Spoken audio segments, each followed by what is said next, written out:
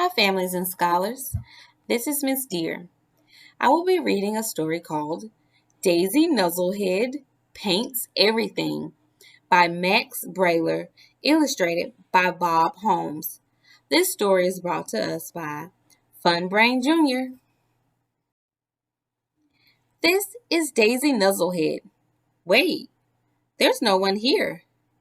Where did Daisy NuzzleHead go? If you can't find Daisy NuzzleHead, you can usually just follow the trail of paint. See, there she is, up in that palm tree, getting ready to paint something. Daisy NuzzleHead loves to paint. But there are two very strange things about the way Daisy NuzzleHead paints. Number one, she doesn't paint with a brush. Instead, Daisy NuzzleHead paints with her weird hair. Number two, she doesn't paint houses or fences. Instead, Daisy NuzzleHead paints her friends. Finally, her friends had to say, Daisy NuzzleHead, stop painting all over us. Berry Pinkwad said, Daisy, instead of painting your friends, you should paint the island. Daisy thought about that for a moment. She decided she adored that idea. Daisy NuzzleHead dipped her brushy hair into her big bucket of paint and ran off. And what did she do? She painted the entire island. She splashed the coconuts with splotches of pink and yellow until they looked like hanging dinosaur eggs. She dumped buckets of bright gold paint down Wilma Whitsticker's slide until it sparkled in the sun. And after that, with Gonk's help, she painted every last pineapple a different color. She splashed orange paint across the very tip top of Hot Soul's huge fireproof sandcastle. And after that, she climbed the sails of Captain Bucklewash's pirate ship and covered the jolly good time in red pirate polka dots. She bounced around Brainy Blueberry's hot air balloon and covered it with color until it looked like a checkerboard. And after that,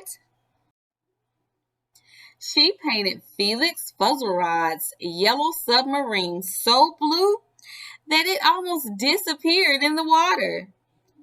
She painted the seahorses silver and the lobsters green and the starfish blue. And after that, she kept going. Daisy NuzzleHead painted the plants purple and the sands silver and the beaches blue. She used her paintbrush hair to paint the treehouse and the swimming pool and the playground. When the day was done, Daisy NuzzleHead had painted everything. She had never been so happy in her life. But there was a thunderstorm on the horizon. That night, it rained. It rained and it poured and it showered, and giant drops of water pounded away at all the things Daisy NuzzleHead had worked so hard to paint. The next morning, Berry Pinkwad saw that the rain had completely washed away all the colorful paint. All of Daisy NuzzleHead's pink and yellow and gold and blue and green and red and orange and silver and purple paint was gone.